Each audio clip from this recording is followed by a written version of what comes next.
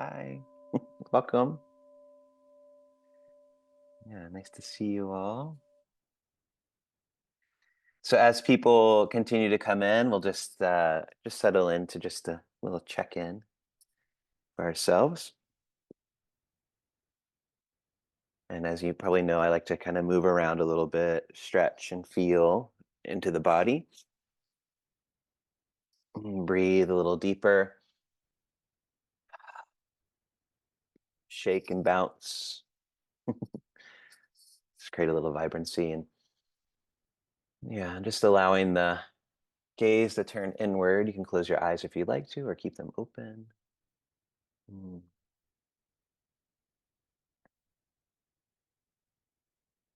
And just sweeping through the body, noticing what's here in this body, how you're showing up.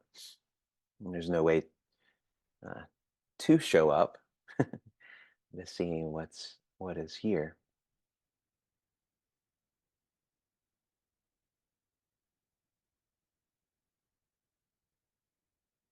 Mm. Noticing the state of the mind, the energy.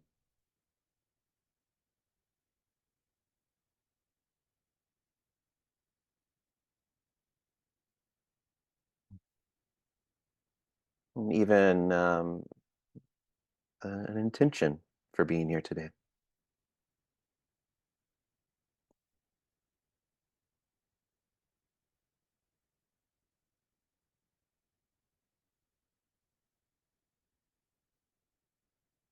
Could just be to show up, mm, to be in Sangha or to be in community.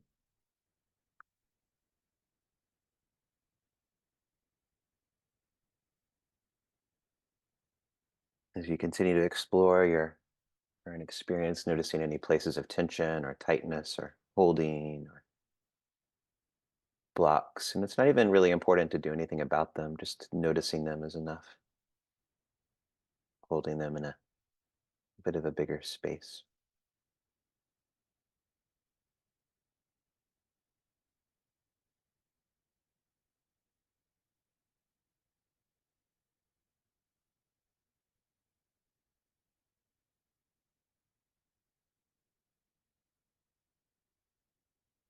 Mm.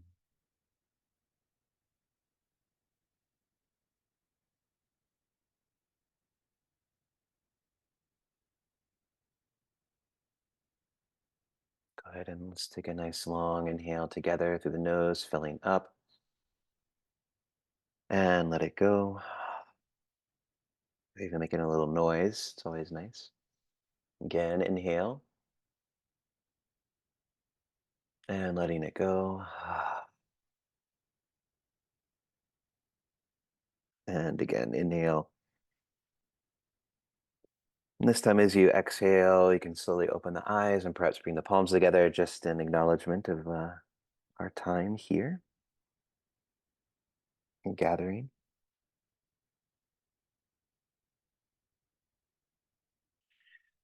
All right. Well, welcome everyone. So happy you're here. My name is Adam Stonebraker, and I'm a core teacher with Sacred Mountain Sangha. I'm in actually in Nevada City, California now. It's where I live now, Northern California, which is the unceded land of the Nisenan people. Um, and there's a lot going on with the Nisenan people right now. If you want more information about that, let me know, and I can send that to you. But yeah, really happy to be here. And so we'll meet for an hour until the next top of the next hour, and then optional from 10 to 10:20 or um, 1 to 1:20. There you can stay after for a Q&A, or if you want to offer any insights, or if you have any questions or any queries, or you just want to listen, you can stick around there. But we'll officially be finished at the top of the hour. The way this works is we'll right now go into a chanting session, and then we'll go into a sitting session, and then I'll offer some Dharma words at the end. And even during my Dharma words, I might ask for some input. So we'll see how that goes. But yeah, let's start with some chanting. And let me send you the chant book here. Go. This is actually, there it is. Yes, it's already there. Magically, it's there. And also here's the link to the website where the chant book is, if that box link doesn't work for you.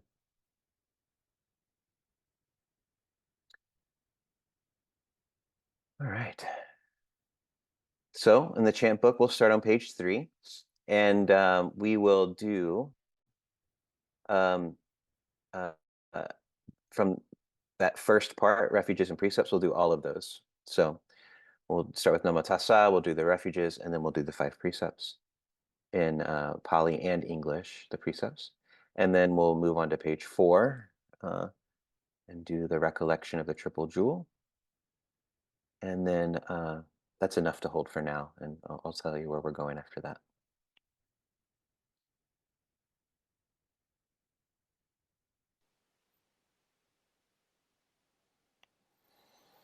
Okay, so let's pause here for a moment as we enter into our chanting practice.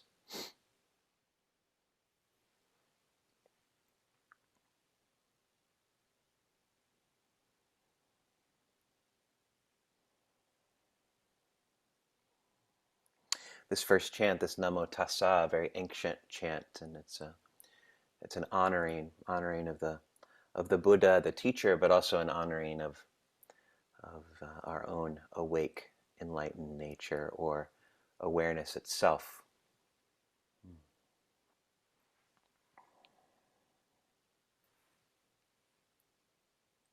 Let's exhale together. Inhale. Namo tassa bhagavato arahato sama sambuddhassa. Namo tassa bhagavato arahato sama sambuddhassa.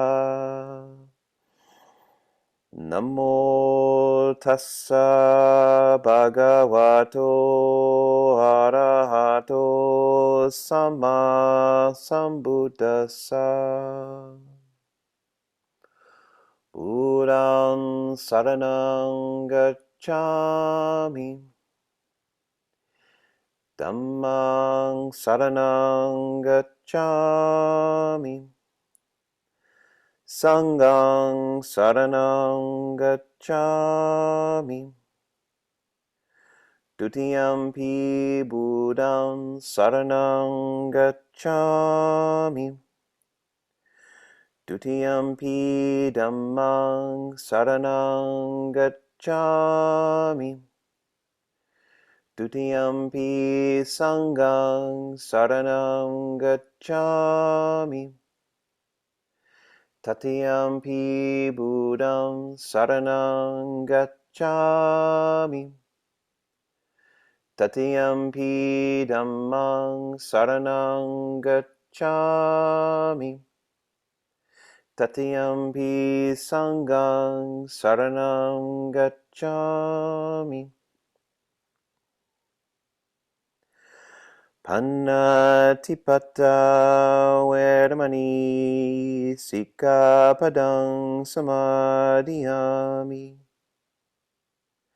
I undertake the training to refrain from intentionally taking life. Adinadana vedamani sikkhapadang samadhiyami. I undertake the training to refrain from taking that which is not given. Kammesu miccaccara vedamani sikkhapadang samadhiyami.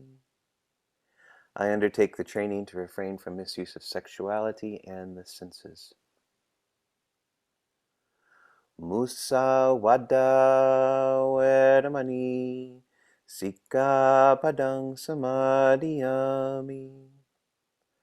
I undertake the training to refrain from speech that is false, divisive, harsh, and meaningless. Surda meraya majjapamadhatthana vedamani Sikkhapadang samadhiyami.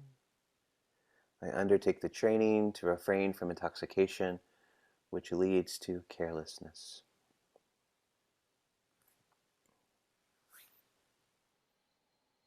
Okay, moving on down here to page 4, recollection of the triple jewel.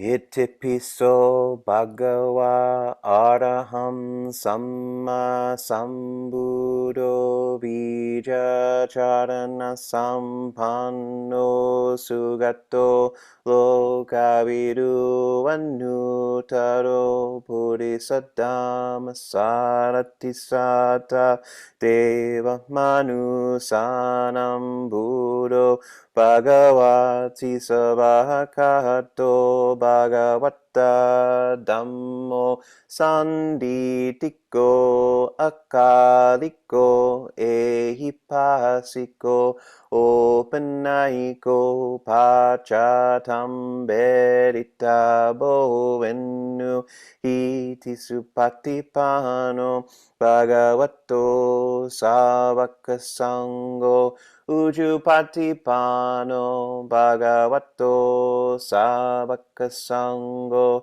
Naya Patipano Bhagavato Savakasango Sami Jipatipano Bhagavato Savakasango Yadidam Chattari Purisayogani Purisa Pugala Esa Bhagavato Savakasango Ahunahiyo Pahunahiyo Dakinahiyo Anjali Karaniyo Anutaram Punyakitam Loka Sati.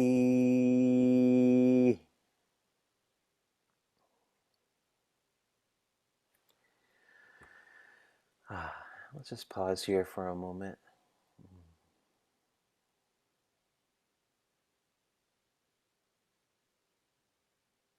Feeling the vibration of this ancient language. This ancient language that has carried the dharma for so long, for so many thousands of years. Has moved through the bodies and the tissues, the minds of millions of practitioners, going all the way back to the time of the Buddha.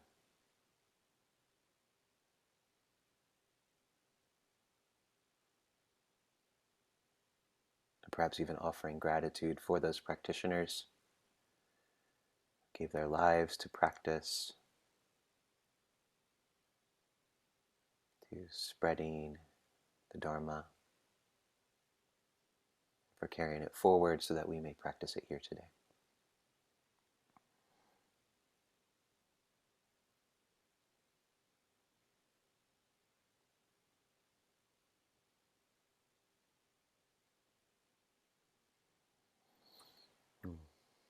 Thank you. All right, so how about we go to page 7 here. And we'll do both these chants, the 5 subjects for frequent recollection and the reflections on universal well-being.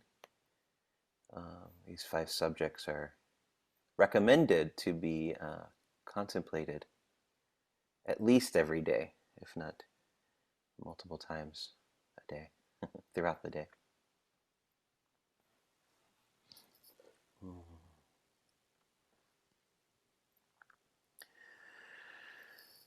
Now let us chant the 5 subjects for frequent recollection. I am of the nature to age. I have not gone beyond aging. I am of the nature to sicken. I have not gone beyond sickness.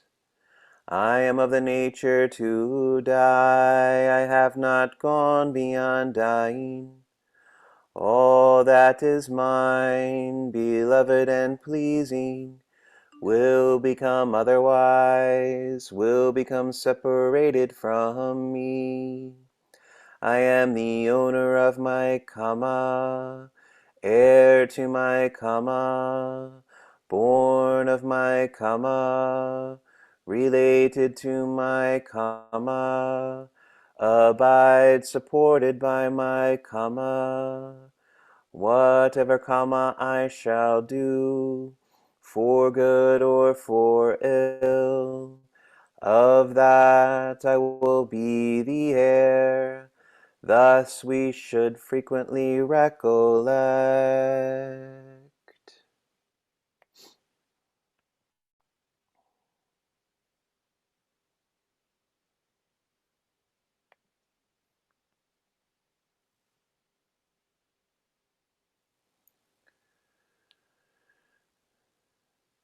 Now let us chant the reflections on universal well-being. May I abide in well-being, in freedom from affliction, in freedom from hostility, in freedom from ill will, in freedom from anxiety, and may I maintain well-being in myself. May everyone abide in well-being, in freedom from hostility, in freedom from ill will, in freedom from anxiety, and may they maintain well-being in themselves. May all beings be released from all suffering, and may they not be parted from the good fortune they have attained.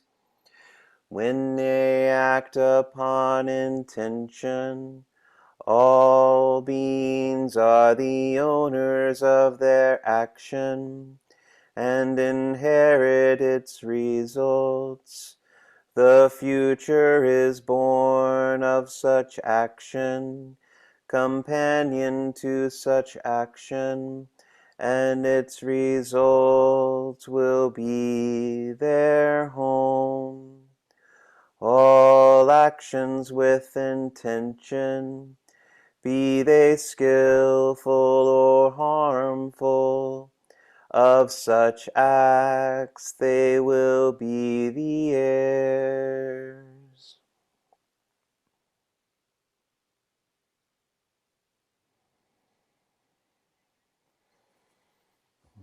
Pausing again, just allowing vibrations to move through.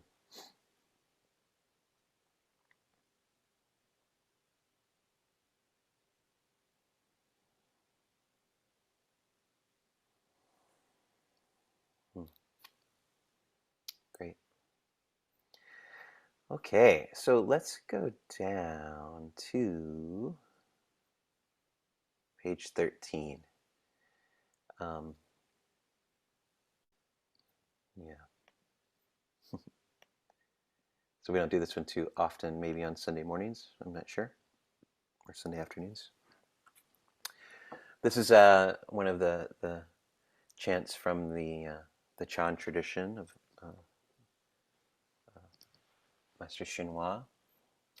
And this is the heart of the Shurangama mantra. Shuranga means the indestructible, or the everly endurable, and which is sort of what I was talking about before, like the Buddha nature, the awareness itself. It's indestructible, unwavering. And the Shrango mantra is very long. It's about, I think it's 3 or 5 times longer than the Great Compassion mantra. But this is the heart of it right here. So the essence of it is in these words here. And I like to chant this one. It starts kind of slow and low, and then we kind of up the tempo a little bit and raise the pitch, and then we come back down. It's a nice one to kind of raise the energy and get things flowing, get the juices flowing.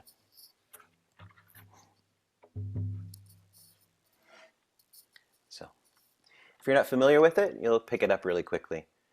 It's not a difficult one.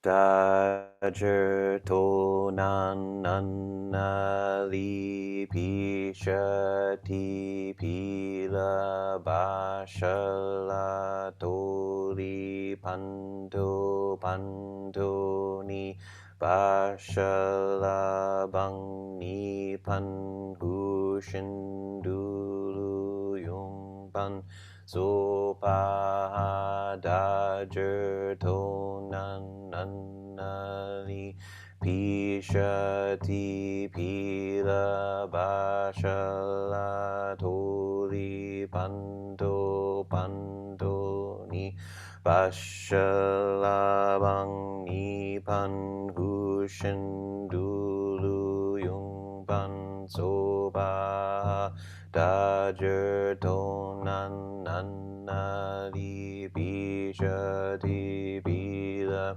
bashala toli panto pantoni bashala bangni panhu shindulu yung pan sopa dajer tonan annali pishati pila bashala toli pando pandoni bashala bangni panhu shindulu yung pan sopa dajer tonan annali pishati pila bashala toli pando pandoni bashala bangni panhu shindulu yung pan sopa dajer tonan annali pishati pila bashala toli to pandoni bashala bangni panhu shindulu yung pan sopa dajer tonan annali pishati pila bashala toli pando ni bashala bangni panhu shindulu yung pan sopa dajer tonan annali pishati pila bashala toli pando pandoni labang ni panhu shindulu yung pan sopa dajer tonan annali pishati pila bashala toli pando pandoni labang ni panhu shindulu yung pan sopa dajer tonan annali pishati pila bashala toli pando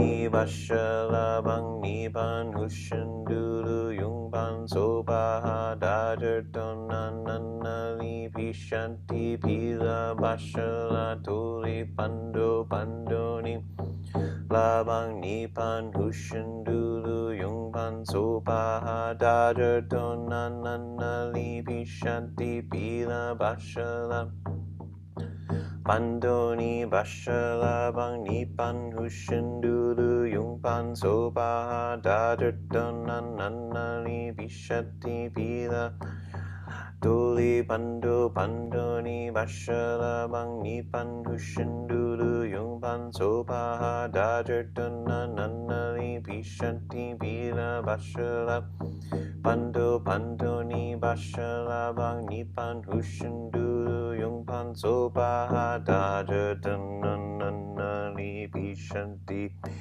Bashala Doli Bando Bandoni Bashala Bang Nipan Bushendulu Yungban Zoba Dona Nanali Bishati Pila Bashala Doli Bando Bandoni Bashala Bang Bushendulu Yungban Zoba Dajer Dona Nanali Bishati Bashala Toli Panto Panto Ni Bashal Ni Pan Hushin Dulu Yung Pan So Pa Ha.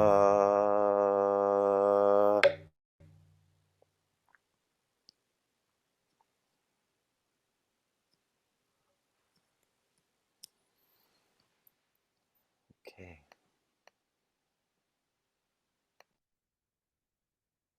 So let's let those vibrations, as they begin to settle, just lead us naturally into some stillness here to our meditation.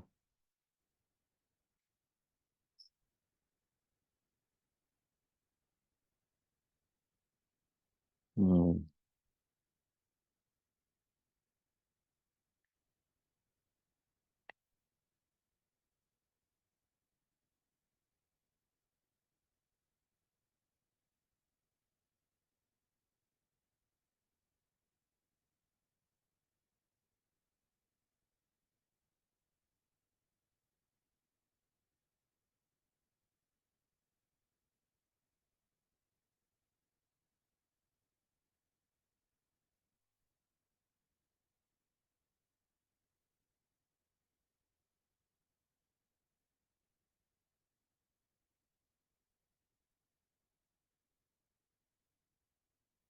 And allowing your awareness to take up residence in the entirety of the body.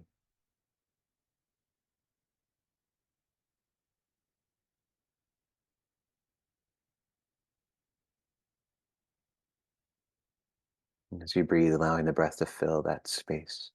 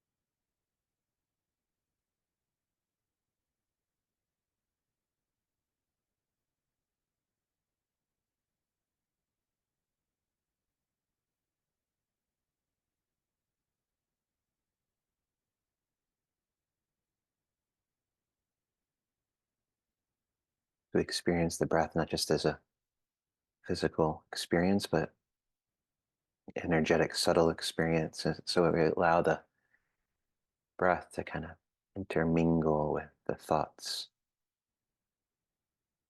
the energies, and the physical body.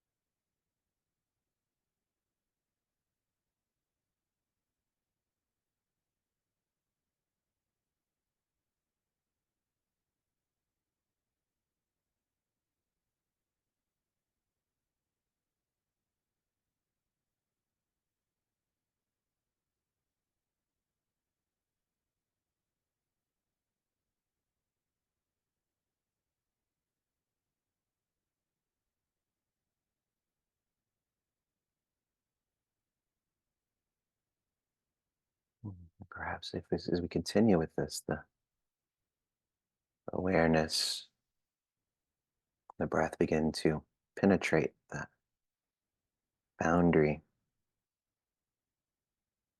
between the body and the external environment.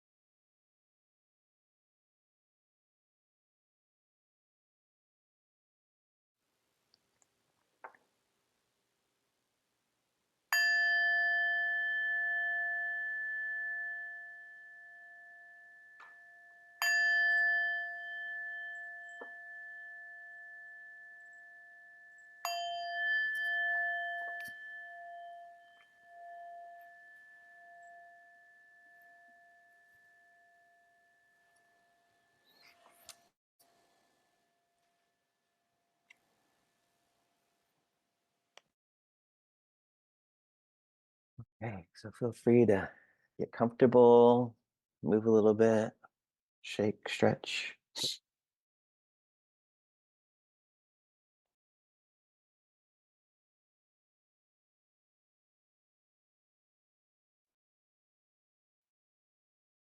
Yeah.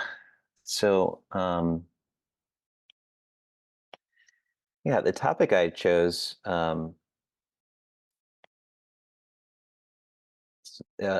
requires much more time than uh, than what we have. But we'll introduce it and talk about it because I think it's a really important uh, subject to talk about, and it's really something that much of our practice is really focused around, which is this really an important concept within Buddhism that the Buddha introduced called Sankhara. Um, and Sankharas take a prominent place in many of Buddhist teaching. Um, it's one of the five khandhas, if you're familiar with the khandhas, and it's also one of the steps in the wheel of dependent origination. And if you look at the like a Tibetan Thangka painting, which is showing sort of the wheel of samsara, it has the steps of the wheel of dependent origination on there, and each one of the steps on there. And sankhara is always, or usually, it's a potter, somebody making a pot. He's creating a pot or constructing a pot. And so sankharas are, the translation for sankhara, we usually hear it as volitional formation, which that's a difficult translation, but that's kind of the most common one. Um, but we also, other translations could be a construction or the act of constructing, which I personally like because I used to be in the construction business. Or a program, like we're running a program, or the act of programming. Um, Fabrications, like we fabricate something that's synthetic or synthesized. And so the idea is there are these constructions which are made up of various components, and they kind of show up in our lives as conditioned patterns. And how these conditioned patterns typically show up are in our reactivity to life. And so when one of these sankharas gets triggered, it just runs like a program, like you run a program on your computer. And so all of a sudden we're in this like pattern of behavior, and sometimes we can even see it, and we choose to do it anyway. Close relationships tend to trigger these a lot. We can go into these places. I remember, I was always, this used to be a cause of a lot of stress in my life when I would go to visit my family, especially as a Buddhist practitioner. Of I'd go on retreat, and I'd be tranquil, and I had this great practice, and then I'd go home and I'd become this like completely different person, or I just kind of like go into like my pattern as a 16-year-old, or like all of these things would just start getting triggered, and these are kind of what sankharas are. Uh, I really like the framing of the Sankhara in as one of the khandhas, and I especially like how the Buddha illustrated them. He gave these various metaphors for each khandha. So the first khandha is form or appearance, rupa, nama rupa, uh, which he equated to a lump of foam. So a lump of foam is just kind of like an empty structure, and it can be popped, and it releases. Um, the second one is Vedana, or feeling tone, And he likened that to a bubble in a stream. A feeling comes and it pops. Limited lifespan. Um, the third one, sanya, is perception. He likened perception to a mirage. This artificial arising that we see. And then Sankara is likened to a banana tree. And can you still hear me? Wait, yeah, okay. Something came up on my screen, which I'll talk about here in a second. And then the fifth one, cognition or consciousness, he equated with a magic show. But the fourth one, Sankara, banana tree, is really interesting because the metaphor he gives is like, suppose you're looking for heartwood, or somebody's looking for heartwood, like the center of a tree, like the best wood you can use to build furniture with or something. And you would cut down a banana tree, and you'd unwrap one layer, and you'd unwrap another layer, and you'd unwrap another layer, and you keep unwrapping, and you get to the very center, and you would see that it's hollow. Because a banana tree isn't really wood. It's basically a bunch of leaves layered and layered and layered and layered and layered around one another. You get to the center and there's nothing there. And so sankharas are these constructions, these things that are put together that don't really have any substance at the very center, or no inherent reality. And that's a characteristic of all the khandhas, really, is there's no inherent existence. There's emptiness at the very center of all of them. They're really kind of all constructions. But Sankhara is specifically um, talking about our mental constructions. And so we have these patterns within us that are merely constructions of various emotions or physical sensations, um, just these various things coming together, creating the illusion of something that's actually solid. And they can be culturally conditioned, they can be conditioned by family, they can be conditioned by religion, by relationships, by traumas, by embarrassments, by joys, by all kinds of things. There are these creations that come about through significant, and sometimes not even super significant, experiences in our lives. So they're kind of like the stories we tell ourselves, or the stories that we believe kind of make up our personality. Yeah. So they're these embedded beliefs, these embedded kind of ways of being that are basically made up of past experience. And they have particular triggers. And you could probably think of a few right now already. Yeah. Some are easy to work with.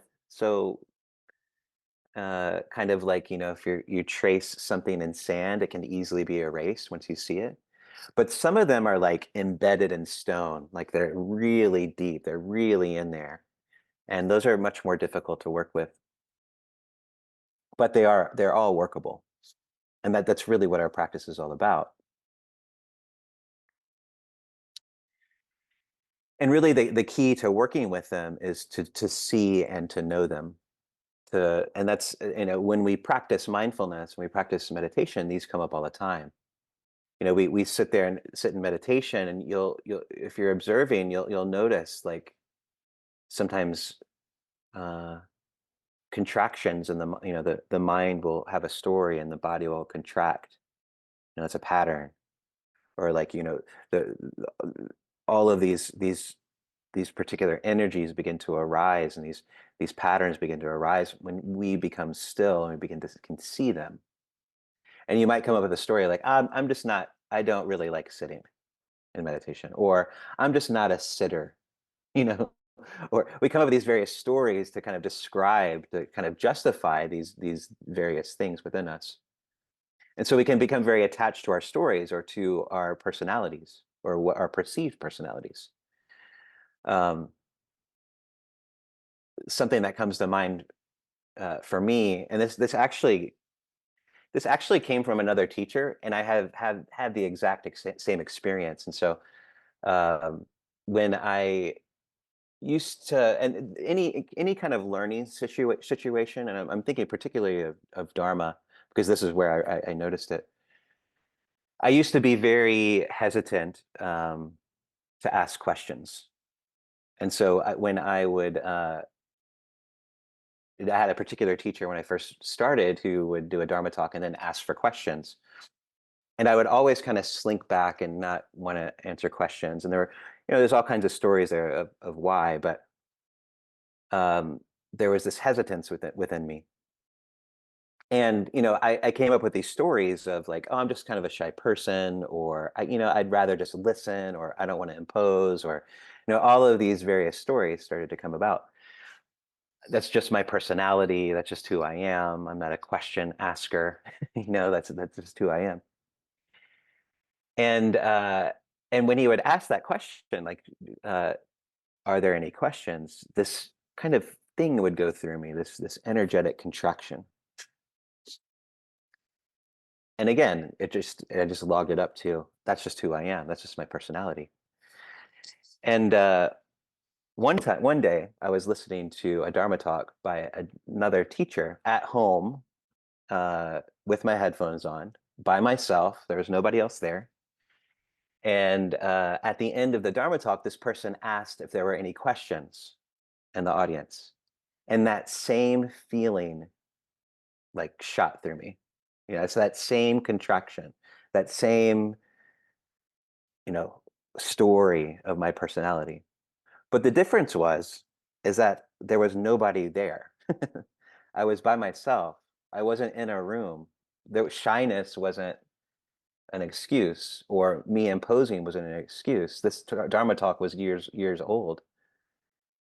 And so that's when I really started to notice, like, this is just a pattern. It's a pattern that's embedded, that's not actually real, because it's not giving me any real information. It makes sense when I'm in a group of people and it's live and there's questions, but when I'm at home and there's nobody around me, why am I still getting anxious? And so I started to investigate that. And so some of these more deeply embedded patterns, we it takes some investigation.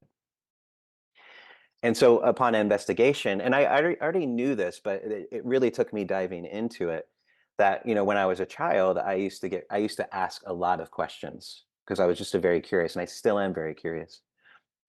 And I was ridiculed for it. And I was actually, violence was put upon me because of my curiosity sometimes, uh, from family and in school and in various situations. So I had created this sort of personal story to protect myself from that carried on through my adulthood, that manifested in all of these various ways. So that's an example of a sankhara, I could have just continued on and I'm just a shy person, or I just don't like asking questions, or I don't want to do that.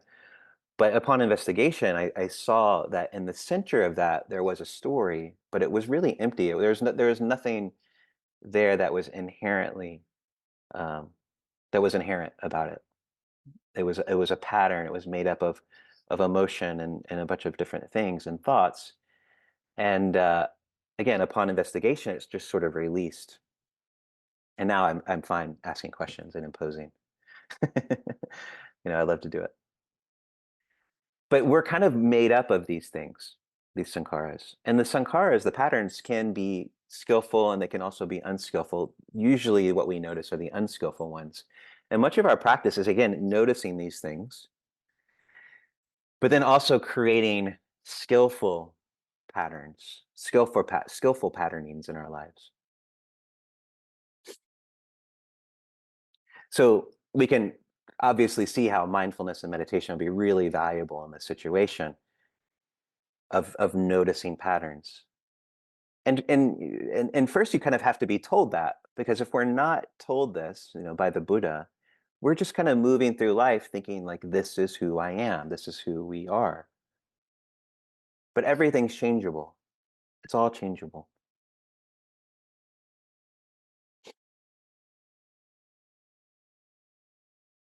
And so when we begin to see and know and understand these patterns, we start to understand that what knows isn't that thing. So me knowing and seeing that pattern, I could see that there was something outside of that pattern that noticed the pattern, that wasn't um, inhibited by that pattern. And so it showed itself through the reactivities, through the discomfort, that I began to notice that. And so one of the main teachings that of the Buddha, he was always talking about embodiment, getting into the body, because the body is always sending us messages, and they can get subtle and more subtle and more subtle and more subtle. We start to see in meditation that each thought is accompanied by some kind of physical sensation, and it can be very, very subtle. And I say physical, but I also mean energetic sensation, a subtle body experience. So we're always coming back into the body and learning to understand and decipher the language of the body.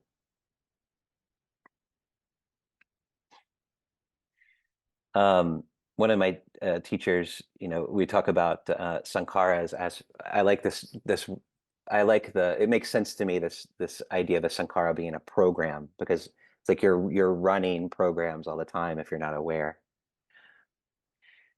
And we can sort of get tricked into perhaps thinking that we have to find the right program. Our practice isn't about finding the right program. Having more skillful programs and more skillful sankharas is a wise thing to do, and it makes our life much easier. But there is no awakening program. There is no program that's enlightenment. That's not a program. That's something much bigger. That's outside of this, sankhara system. And so we practice to see and to expand. And so what can kind of begin to dissolve these things is just to create a more expansive view of them, is to create more space around them. So we don't always have to directly investigate, but we can just create more space to see and be able to hold these things and to see them in a much bigger space and really understand where they come from. And so we become almost, daringly simple and expansive in our practice. And that's how we begin to know and see. What I've seen in my own body and my own experience is like the more contracted I am, the more I'm probably caught in something. The more expansive I am, the more I'm allowing and seeing what's actually going on. So it's 10. It's the top of the hour. I've got to stop. I'll probably continue on after, but you can go. The few things I want to mention, so don't leave yet. That we have some things coming up. And one of them is this retreat that's happening in Colorado, May 6th through 10th. And it's with Tanisara and Yang and Juna. And it's outside of Boulder, a place called Ward, Colorado, at the Rocky Mountain Eco Dharma Center. It's called Awakening Activism, a Dharma Response to Gaza. So a whole retreat around processing that and trying to understand that. And then also Dharmagiri, our sister Sangha in South Africa, they have a new online 6-week course, Cultivating a Safe Space Within. And that's going to be May 9th through June 20th. So check it out. We got more and more stuff happening all the time. I'm currently teaching a chanting class. We've only done one. There's 4 more to go. If you want to join that, you can do that. And I really thank you for being here. And if you'd like to offer dana, just go to the website and you can, there's a place that says donate. You can hit that and choose how you want your money directed. Thank you so much for being here. I really appreciate it. May our practice benefit all beings, and May we continue to open our space so that we can see these patterns and know what's skillful and what's unskillful. Thank you all so much.